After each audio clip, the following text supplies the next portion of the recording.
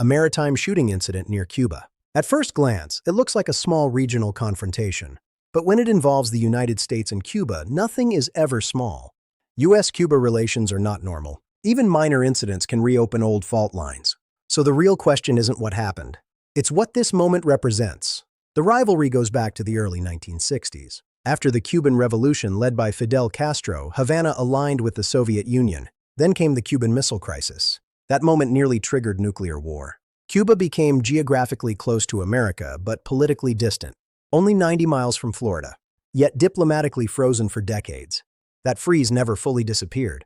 Ultimately, the long-standing freeze just became quieter. The U.S. embargo became one of the longest-running sanctions regimes in modern history. Washington framed it as pressure for democratic reform. Havana framed it as economic warfare. Over time, the embargo shaped more than policy. For Cuba, resistance became part of the national story. For the United States, Cuba became a domestic political issue, especially in Florida, where Cuban-American communities and local politics give every incident added weight. That is why even small incidents carry weight. In 2014, something changed. Barack Obama announced normalization efforts with Cuba. Diplomatic relations were successfully restored. Travel restrictions were significantly eased for citizens. Embassies in both countries were finally reopened. For the first time in decades, it looked like the Cold War chapter might finally close. However, this normalization process was fragile, because it depended on political continuity. When Donald Trump took office, the approach shifted. Sanctions tightened again, restrictions increased, the tone hardened. Cuba returned to the U.S. list of state sponsors of terrorism, the thaw reversed, and mistrust deepened again. Under Joe Biden, policy has adjusted, but cautiously. Some travel and remittance rules were eased, but full normalization hasn't returned.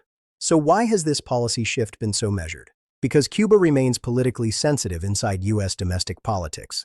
This is especially true within the state of Florida. And because global tensions are rising elsewhere, the Caribbean is not just a tourist region. It is a strategic corridor, shipping lanes, energy routes, military positioning. The United States has long viewed the Caribbean as part of its security perimeter. And when instability appears close to home, Washington pays attention. Even symbolic incidents matter in the global arena.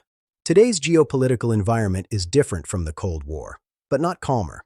China has expanded economic and diplomatic outreach across Latin America.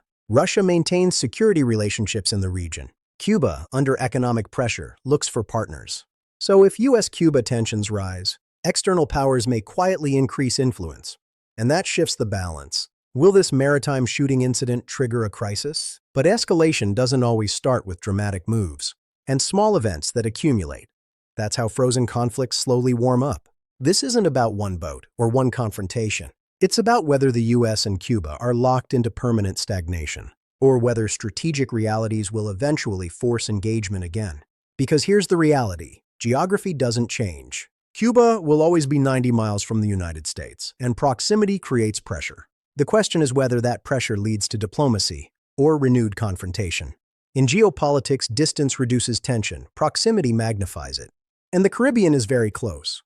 If you want to understand where U.S. influence begins and ends, watch the waters near Cuba. Thanks for joining us. Please like and subscribe. We'll be back with more updates soon.